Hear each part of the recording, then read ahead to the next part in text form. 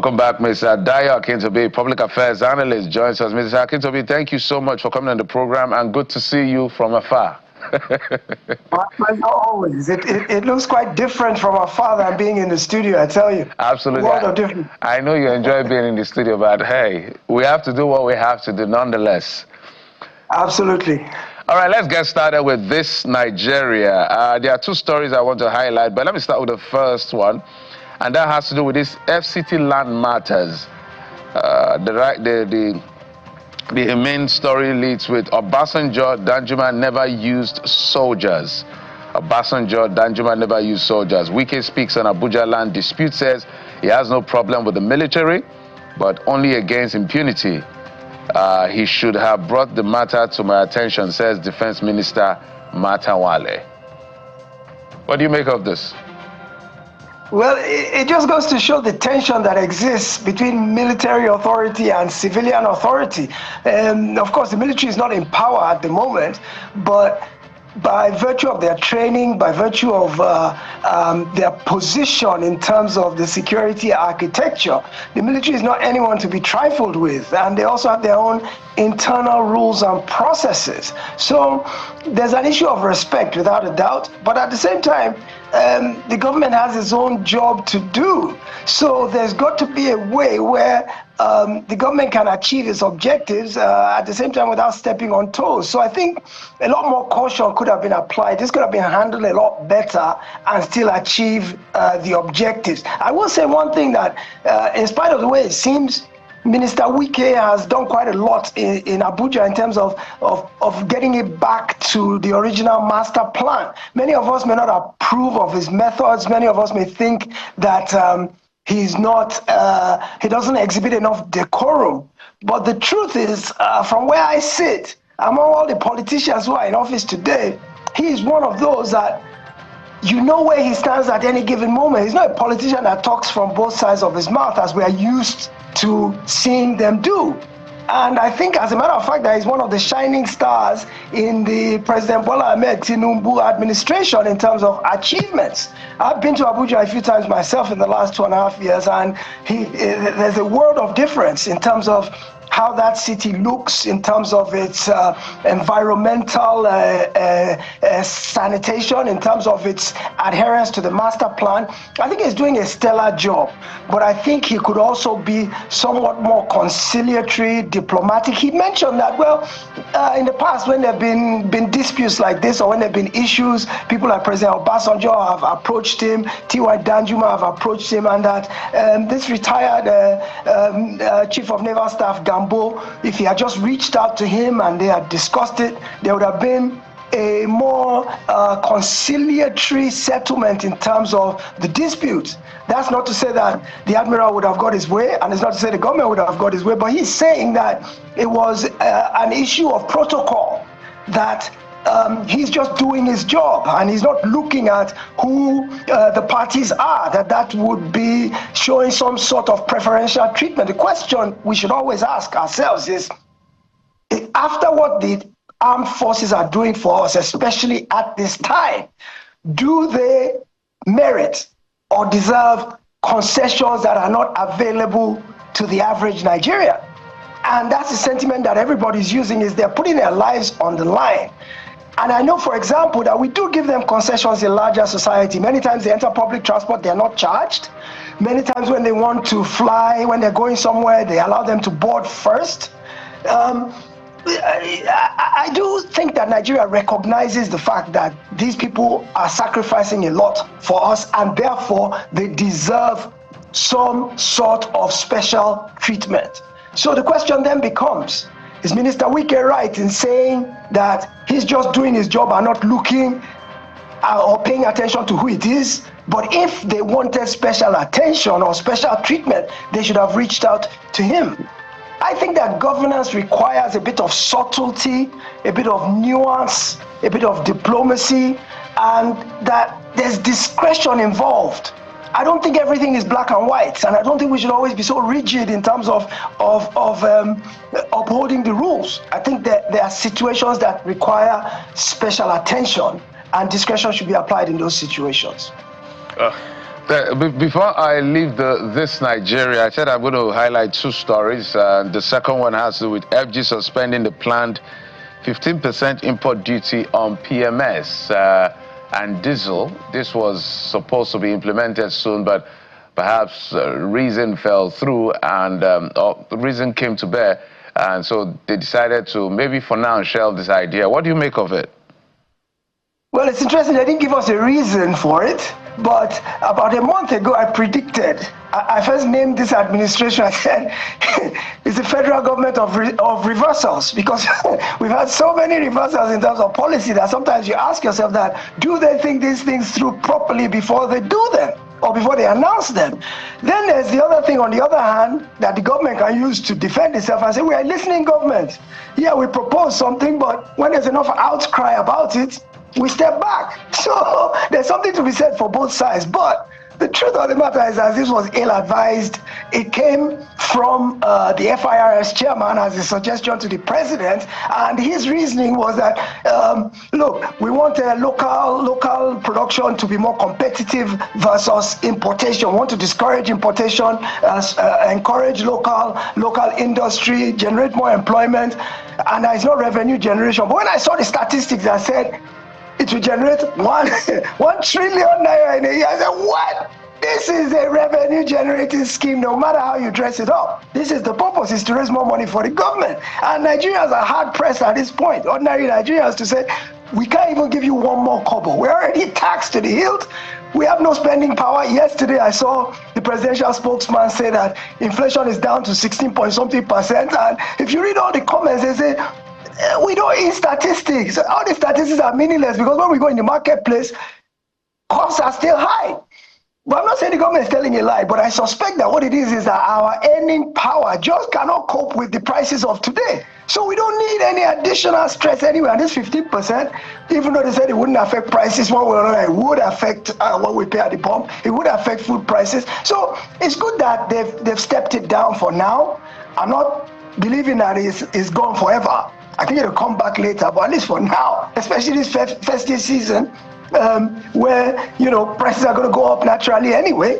The government has reassured that there's supply, we're okay, we have enough, so nobody should hoard, no panic buying, none of that stuff. So it's a win-win situation for Nigerians at this point that has been taken off the shelf for now.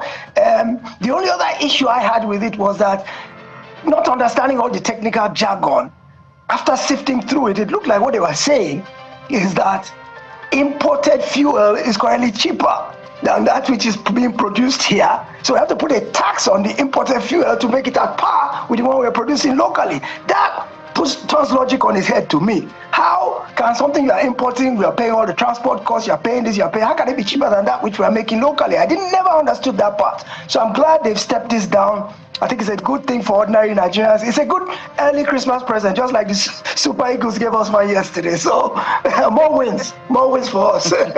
More wins. Of course, we're going to get you to speak to that again much later on. But Mr.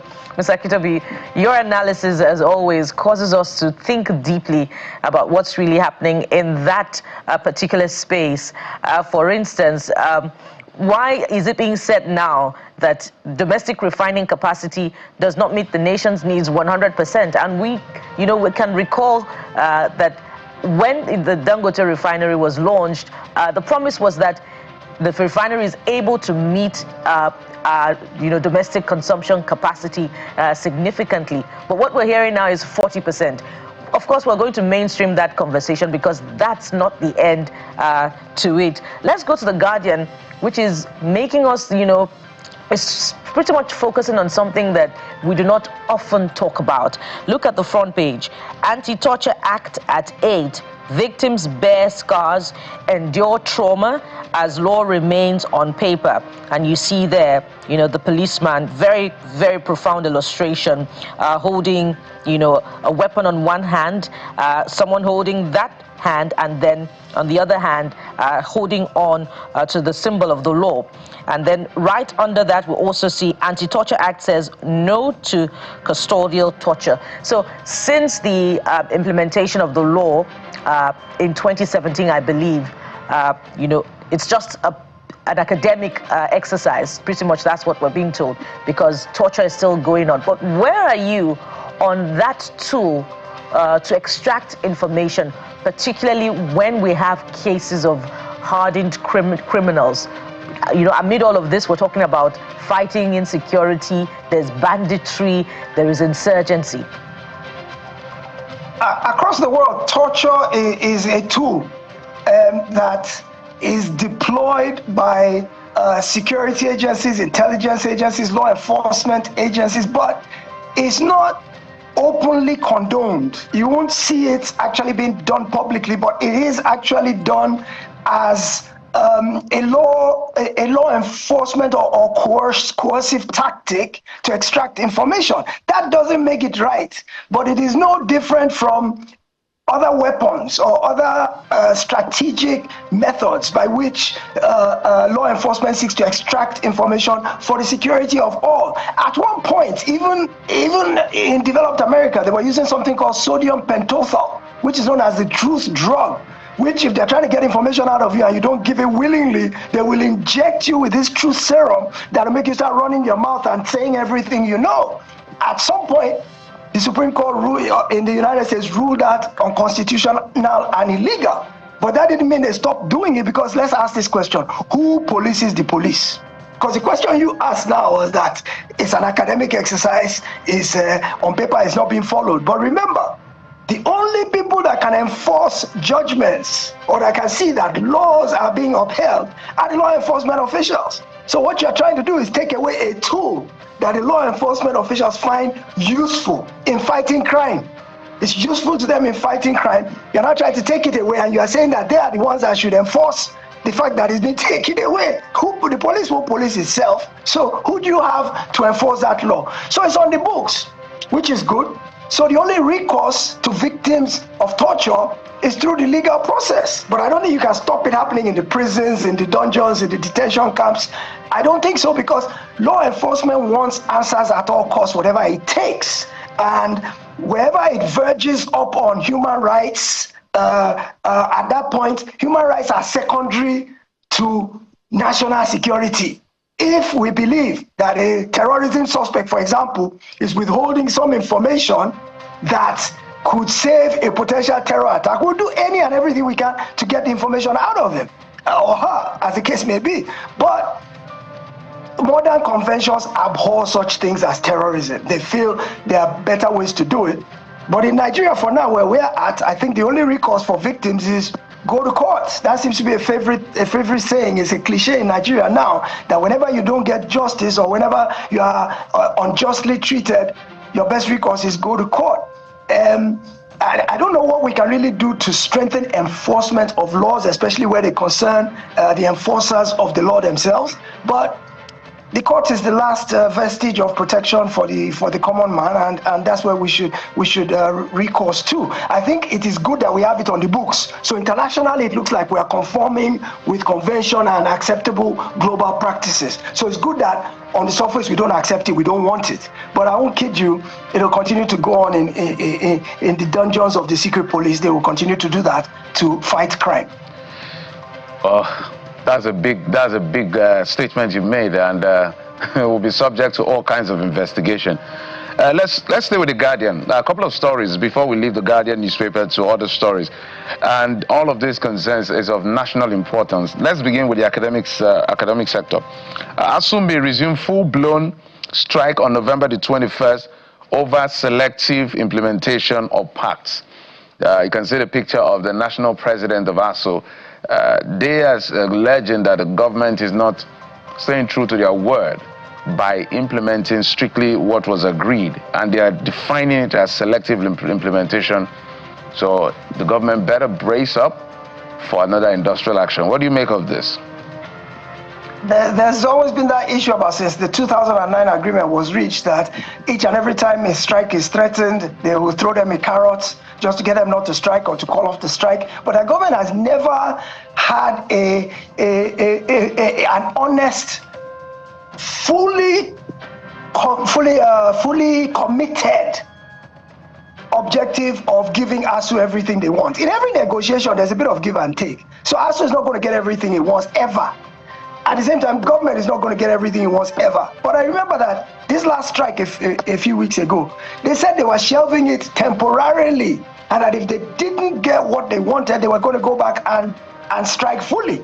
So they are exercising that right now because they're saying government is selective in its implementation of all the things they ask for. So the question I ask is, even if they've given you some, do some of the things they've given you rise to the level of satisfying some of the demands? Some. Let's not be greedy here, because look, there are so many sectors begging for attention. Resident doctors are still crying about their own as we speak.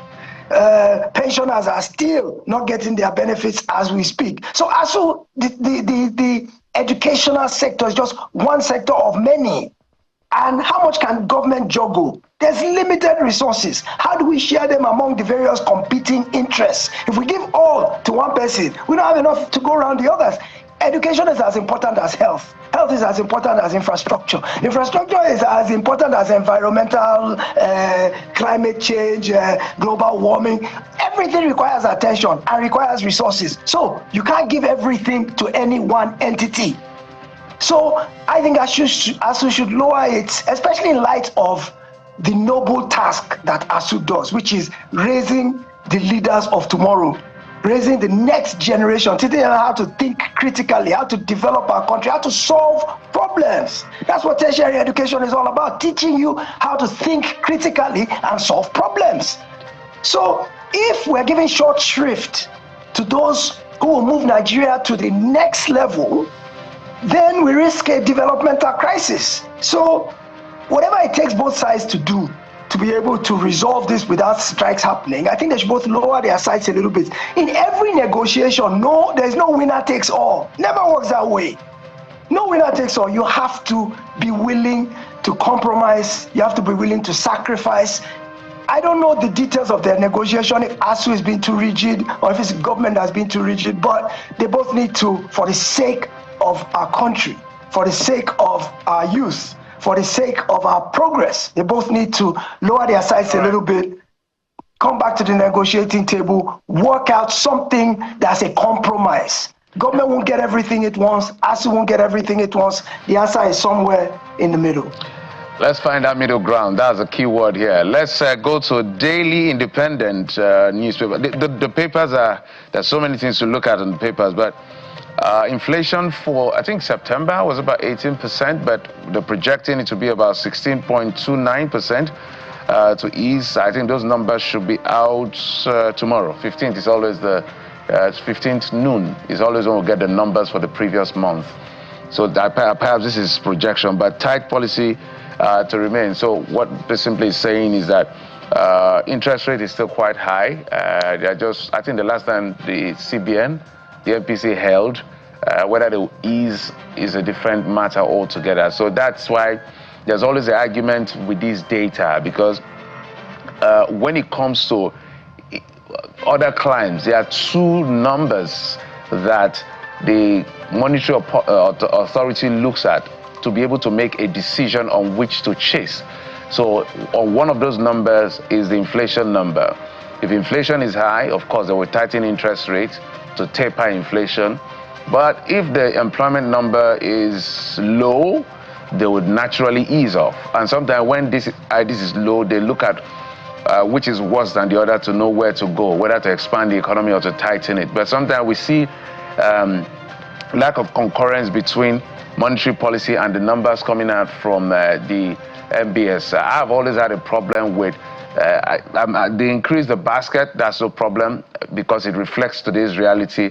But my challenge has been the COI Corp reallocation of weightage that can affect the numbers. We also know that when it comes towards the end of the year, with what is happening to the dollar and what is playing out in global economy and the strengthening of the naira, and maybe food supply is supposed to ease. But how do you reconcile some of these numbers with the lived-in reality? Well, of course, the Nigerian refrain today is, now statistics we go chop. You know, it's easy to reel out the numbers from the basket and say that inflation is easing. Okay, it's proposed to drop to 16 point whatever by tomorrow when the numbers are released. But until we get to a situation of zero inflation, or we get to negative inflation, which is deflation, to where prices are dropping below what the regular price is. A drop in inflation simply means that price increases are not increasing as much as they were last month. It doesn't mean prices are coming down. It just simply means if you paid 100 for it last month and you paid 150 this month, it's gone up by 50%. So next month, if it now goes to 175, it has dropped, because if it kept the same pattern, it should have gone to 200. But it's gone to 175 means that the inflation rate has reduced, but the price has not come down. So it's a bit of statistical jiggery-pokery where, if you don't know how to analyze the numbers properly, you will assume that when they say inflation is reducing, it means prices are coming down. No, not so. So prices are still high in the market. Cost of a bag of rice has come down a bit, but it's not gone back down to pre-2023 numbers, So likewise, fuel at 9.23 today costs much more than it was pre-May 29, 2023. So we are still in a situation of high prices. The main issue is spending power. That is what is affecting us, not as much as the price increases. Spending power, the money in our pocket is buying less, and wages are stagnant. No, even with the minimum wage as passed now has not made up the difference between the price hike versus the increase in salary. So your money in your pocket buys less. That's the real challenge for this government. I think the CBN governor, Minister of Finance, the president himself, I think they are pulling the levers from Abuja to make these things work. You talked about monetary policy committee, you talked about interest rates, unemployment rates. All these things are economically interwoven and all have an impact or an interlocking relationship in a way that affects the pocket of the ordinary Nigerian. So when you hear things like, okay, our foreign reserves are up, Naira is strengthening, inflation is down, our GDP is up, you hear all these fancy, lofty figures being thrown up in the air, but you don't see the impact on the pocket or the well-being of the ordinary Nigerian. So more focus should be placed on local industry, local manufacturing, reducing unemployment, whatever it takes to encourage industry. If it's to give tax holidays, free land, low interest loans from the Bank of Industry, whatever it takes to get Nigeria employed and employed well. At this stage, I don't think we should be talking about minimum wage. I think we should be talking about living wage, because minimum wage, you can't live off it. So we should progress to trying to get ourselves to a living wage level as opposed to a minimum wage. And I think let's give a bit of patience and benefit of the doubt. I think those who are the managers of our economy, I get a sense that they are competent, and I have a feeling they know what they're doing. But perhaps the rot was so deep that digging us out of it is a Herculean task that will require some time and some balancing, maneuvering, juggling. Let's see how it goes.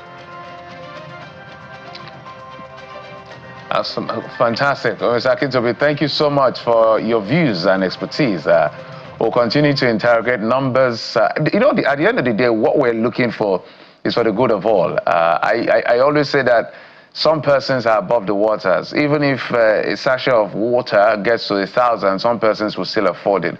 But we need to think of the vulnerable persons. That is the best way to assess how well or not how well the economy is doing. I understand these numbers. I understand the macroeconomic environment, at least fairly well.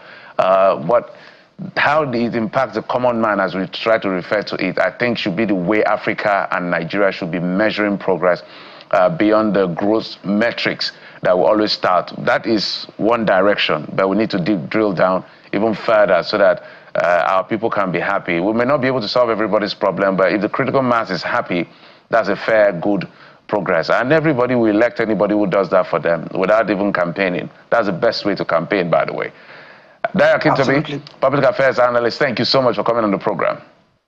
My pleasure always. Have a good weekend, Nigeria.